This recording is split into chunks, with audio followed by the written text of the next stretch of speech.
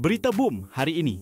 Hampir 20 tahun membawa haluan masing-masing, penyanyi rap terkenal Joe Flizzo tidak menolak peluang untuk kembali bekerjasama dengan bekas rakan kumpulannya dalam Too Fat, Malik. Joe menyatakan bahawa segala keputusan terletak di tangan Malik, namun dia sendiri sentiasa bersedia sekiranya peluang itu tiba. Lebih menarik, Joe turut menyatakan kesungguhannya untuk berkolaborasi tanpa memikirkan soal bayaran. Namun, apabila ditanya mengenai desas-desus kemunculan semula Malik dalam industri muzik, Joe memilih untuk tidak memberi sebarang komen panjang kerana enggan membuat spekulasi. Sebagai info, Joe Flizzo dan Malik menubuhkan kumpulan Too Fat pada 1998, sekaligus mencipta fenomena besar dalam arena muzik hip-hop tempatan. Kini, dengan keterbukaan Joe Flizzo untuk kembali bergabung bersama Malik, peminat pastinya teruja menantikan jika kolaborasi legenda ini bakal menjadi kenyataan.